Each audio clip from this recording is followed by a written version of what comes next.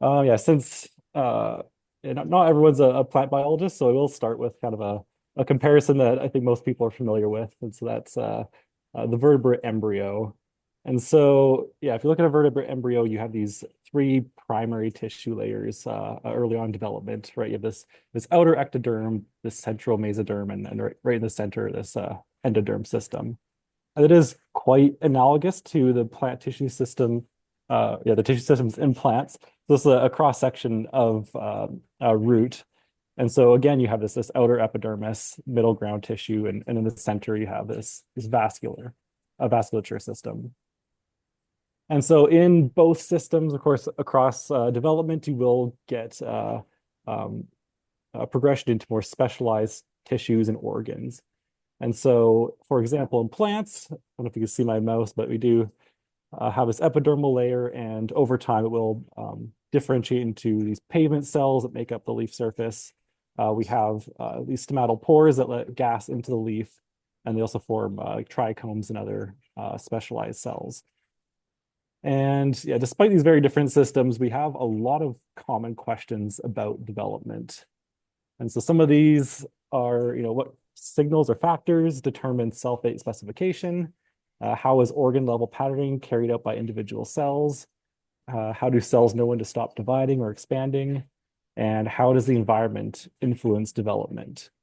And I think there's no doubt that animal systems have really pushed developmental biology so far, but plants are particularly suited to answer some of these questions.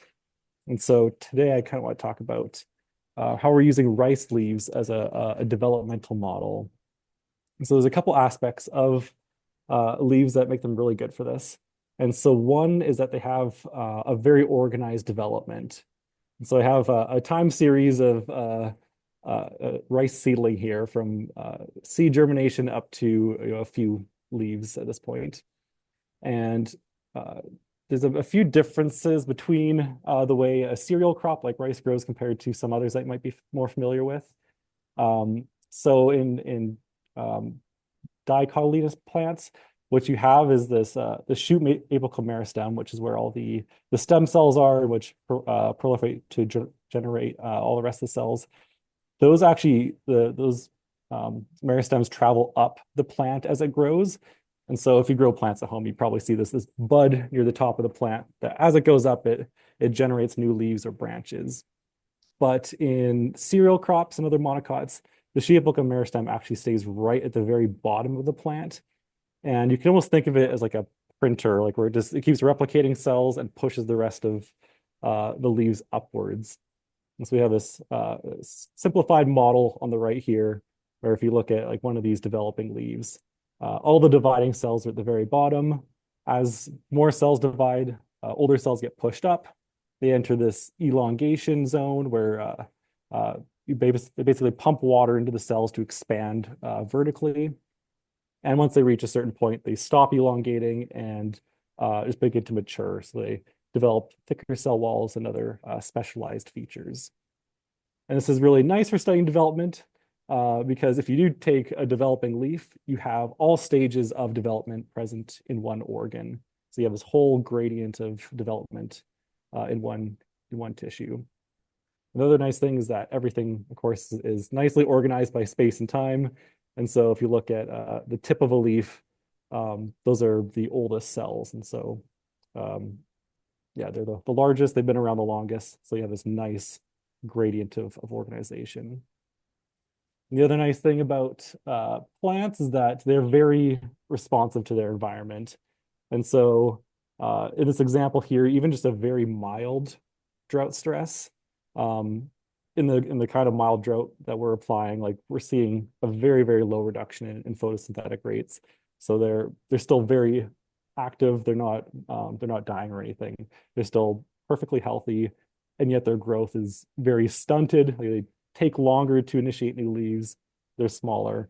Um, and so, yeah, even just a very slight change in environment, you can really perturb this natural developmental gradient. And so in this talk today, I'll mostly be talking about what we're looking into just the developmental side, just in well-watered conditions.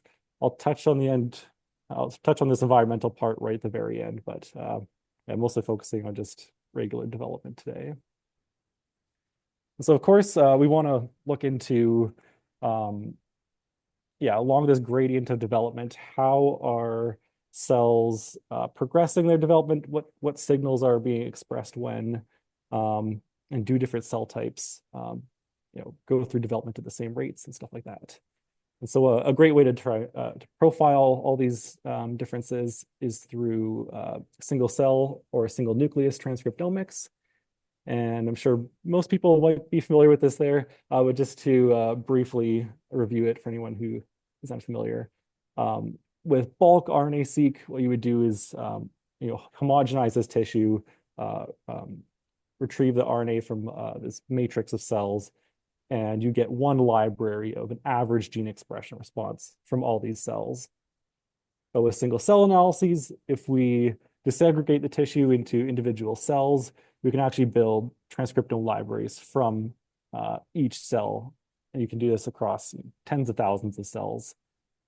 In this case, of course, we are doing nuclei, not whole cells, but we do get the same overall same profiles. And so for the tissue we're using this developing third leaf.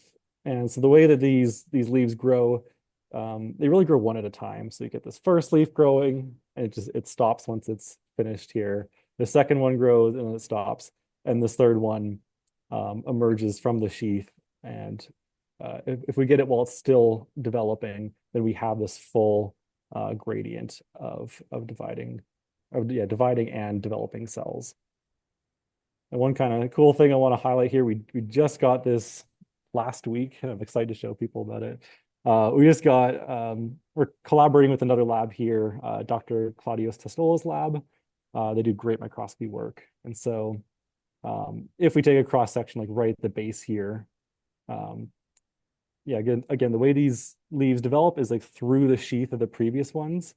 And so you can actually see here in this micrograph, this outer leaf is one of the older leaves, like the second leaf here. These are all fully mature cells that are not growing anymore. And they basically like form a circle that like hugs this developing leaf that grows through the center. And so you can see, each of these cells are a lot more, they're smaller and they're more dense. Eventually, as it develops, it will expand and fill the space. But it is really neat to see the way that these develop in here. And so, of course, we're getting this whole tissue here. So we are getting these cells like right from division all the way through maturation. And so once we dissect that leaf out, we basically just chop it up with a razor blade. We do a series of washes and filtration to isolate these nuclei. And so we're looking for nice round intact nuclei, which of course each carry their own distinct transcriptome, which we can then pass into the 10x genomics single cell protocol to, again, generate libraries for each nucleus. And to show you what this looks like, so far we've generated 2 replicates for, again, one of these developing leaves in just well-watered conditions. Here I'm showing about 30,000 nuclei. We're getting about 1,000 genes per nucleus. And in total, we're getting around half of the total genes in the rice genome. And in case you're not familiar with this, so we normally project single cell data in what's called UMaps. So if you're familiar with other dimension reduction techniques like PCAs or LDAs, it's the same idea that these axes are unitless. And we're just looking for how close together these points are. And in this case, each point is the transcriptome of a single nucleus. And the closer 2 points are together, the more similar their transcriptomes are. And so we assume that, again, close transcriptomes are close together within the leaf as well. And so I've already highlighted here on this UMAP these 3 main tissue systems I mentioned before, plus this division zone. And so this division zone, the cells really just have like a stem cell-like profile where they're all very similar. And then, yeah, we have these nice gradients into each of these three tissue systems. And right now we're just assigning these tissue systems by marker genes. And so if we take something like LAX1, which is a biosynthesis gene for cuticular wax, it's only expressed in the epidermis. And so we know that, if these cells are expressing this marker gene, we know that this branch of our UMAP are epidermal cells. Similarly, if we take a cell division cycle gene, it's only expressed in this population down here, we can infer that these are dividing cells. Eventually, we do want to validate some of these. Now that we have this microscopy system set up, we're going to do some in situ hybridization to really confirm that each of these populations are different cell types. And so, yeah, there's a lot of things to look at in this data set. So I want to highlight three stories here today. And so this first one is just a closer look at epidermis development. We don't have any like concrete results yet, but just I want to highlight what we can do with this and one of the techniques we're trying. And so when we're looking at a specific tissue system, it's often hard to look at this whole UMAP. It compresses everything into one corner. So what we can do is subset out this cells in this tissue system, reproject so it takes up the whole area. And once we do that, we can start to see some of these finer populations. And so again, using marker genes, we can start to identify different populations like bulliform cells, guard cells, trichomes, pavement cells up here. And yeah, one really nice thing that we got with this data set, like I mentioned before, is that we have these nice gradients. Like everything's connected here. So we have transcriptomes of cells at like every state along development. And so what you can do with data like that is do what's called a pseudotime analysis. And so basically, if you have this gradient of cells, you can infer what's called pseudotime. Basically, you have an algorithm that will look at changes in gene expression along different pathways and then try to assign like a relative scale to it. So that if you have a group of cells closer that we know ahead of time this is closer to the base of the leaf, we can set this as our time zero. It will learn a path through the cells and then infer how long along the pseudotime gradient these cells, so basically how far along development they are. And one neat thing you can do with these is look at groups of genes that have similar expression profiles along these pseudotime gradients. And so I've selected two clusters here. So this first one has 830 genes that have a high expression in this late pseudotime. So more mature cells, like closer to the tip of the leaf. And the second cluster, we have 1,250 genes that are more abundant, like central mid-development. And one thing we can do is look in the promoter regions of these genes and look for enriched transcription factor binding motifs. The idea is, if these genes have similar expression profiles, maybe they're regulated by the same set of regulators. And so we're finding sets of enriched binding motifs. And I've just pulled out like one of the top predicted transcription factors that bind to these motifs, just as an example of something we can do. And so one of these genes that is predicted to bind to the this MIB binding site, you can see that this expression profile looks very similar to the expression profile of these genes. So this would be like a very common like co-expression type regulation. Whereas in this one, again, one of the top regulators, you can see has pretty much the exact opposite regulation, where its expression is highest, in this population, and this, whereas all the targets are, basically in the opposite places where it's not. This could be an example of, a repressor that where it's highly abundant, its targets are repressed. Again, this is very preliminary, but it does highlight a nice use case of this is a type of resolution we can get from single cell data that you really couldn't get this from bulk RNA-seq. But yeah, one of the caveats with using pseudo time is that it is, again, pseudo time. This is not a real time series. This is, again, just a relative scale that it's predicted. So we don't know the actual time progression here or spatial position based on this. And so one thing we want to do is, can we actually nail down like spatial position in our U maps? And so we have this idea of, yeah, this spatial landmarking project on this. And so all we know right now is that, these dividing cells, they're at the base of the leaf. We know that those are near the meristem.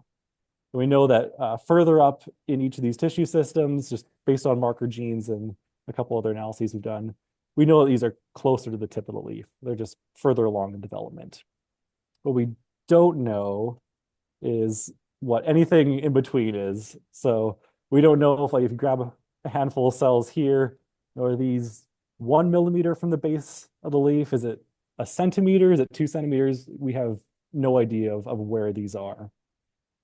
And so the idea we had to try and landmark these is, again, we dissected out one of these third leaves. So again, we peeled back these leaves, took out this developing leaf, and we divide it into 3 1 centimeter segments, and then just took the rest of the leaf as one large segment. And from each of these, we extracted bulk RNA and reverse transcribed it for qPCR.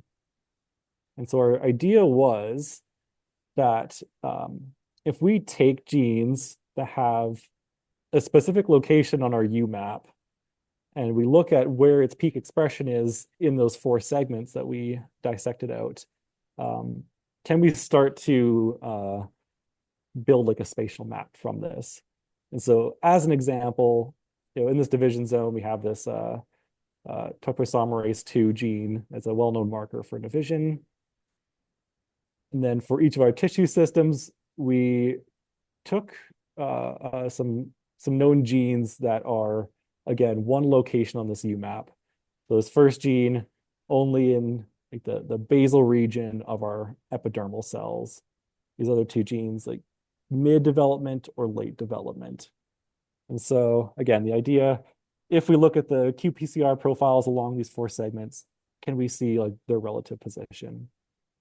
And so I repeated this also for the other 2 tissue systems, but I won't show all the genes, but I'll show you our qPCR results so far. And so in this case, the first bar here is the basal 1 centimeter section, and then we have the section like 1 centimeter, 2 centimeters, 2 to 3, and then 3 plus. And so as expected, this top 2 gene is really only in the base of the leaf, which again, very much expected. For these epidermal genes, we have them in blue here.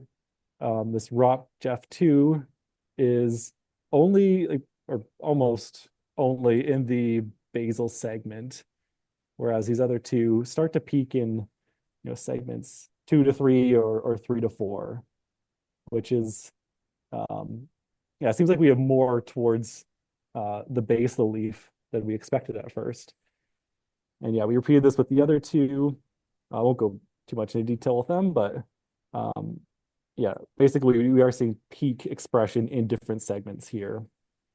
And so I drew a very rough map here. This is not quantitative by any means, but just for the talk today, yeah, it's a very rough map of where we have things located. And so, yeah, based on those maps from before, we're seeing that we have most of the cells in our data set are from that bottom 1 centimeter of the leaf. And this does make sense. When cells first divide from the meristem, they are about like a 10 by 10 micron cube. And as they elongate, they can elongate up to like over 10 times their length. So we just have relatively fewer cells in these upper segments than down here. They're just much more dense in the division zone. But what is interesting is that we don't have, or it seems that we don't have equal proportions from each tissue system. So if we look at the epidermis, like a good half of this seems to be in that bottom 1 centimeter. We have fewer in this next, like 1 to 2 centimeters, much fewer from 2 to 3, and then barely any above 3 centimeters. Whereas if you compare that to something like the mesophyll, we have a much more equal proportion of cells in each of these regions. That's quite interesting. Trying to think of the implications of that, if this is more of a technical artifact of how we're chopping up the leaves, or if it is something biological, like tissue systems developing at different paces, maybe. One thing I wanted to highlight here. So I did something a little different for the vasculature. So I took one gene that was highly expressed just in this basal part of the vasculature. So it's just a preliminary developmental gene for vasculature. And rather than taking middle and more mature genes, because vasculature differentiates into a good handful of different cell types, I just picked 2 mature markers. So one for the phloem and one for the xylem. These transport sugars and water within the leaves. And what was interesting was that this mature phloem marker really peaks in this last segment, whereas the mature xylem marker really is in this like 2 to 3 centimeter segment. And so this does make sense. Like xylem is dead at maturation, so this is probably as close to maturation as you can get before it's fully done developing. But what I'm thinking this means is that cell types are developing at different speeds. And so xylem is seeming to hit maturation sooner than phloem, which is interesting. They are, again, same tissue system. They're right next to each other. It's interesting to think about, at least, that cell types are not all developing at the same speed. And so, since I'm giving this talk to this group, I would like some feedback on this, maybe. If anyone has any ideas on how we could quantitatively assign cells to these different regions, I'd love to hear people's opinion. Right now, I haven't found a great way to take these profiles and match them to cells. I definitely don't want to do it this way, or I'm just drawing lines arbitrarily. So if anyone has any ideas of how to match these 2 kind of data types, I'd appreciate hearing about that. And so this last story I want to talk about, something quite interesting that kind of came up by chance that we weren't expecting. Since we have so many cells near the base of the leaf, we have this really high resolution that allowed us to see a population of cells that, as far as I can tell, no one else has been able to find. And so we're kind of looking into chasing down a neat story here. And so what I'm doing here is I'm just taking out these portions of cells. So all the dividing cells, all the mesophyll, and some of the early vasculature here. And when you reproject this, what emerges here is that you actually see you have this population dividing cells. Most mesophyll cells take this larger route towards the tip, which is over here. Yet some cells are becoming vasculature over here, but then some actually divert and come back to meet the other mesophyll cells. I was very confused about this at first, because from what I knew at the time, like, vasculature is very distinct from mesophyll.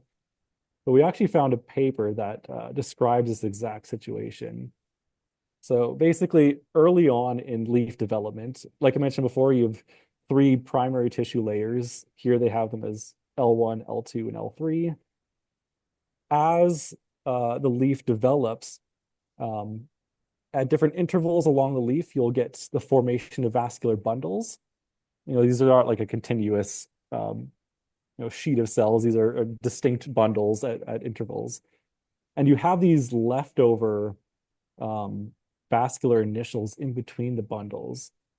And what this paper described is that, after these vascular bundles are done developing, rather than just wasting these unused cells between the vascular bundles, these actually get reprogrammed into mesophyll.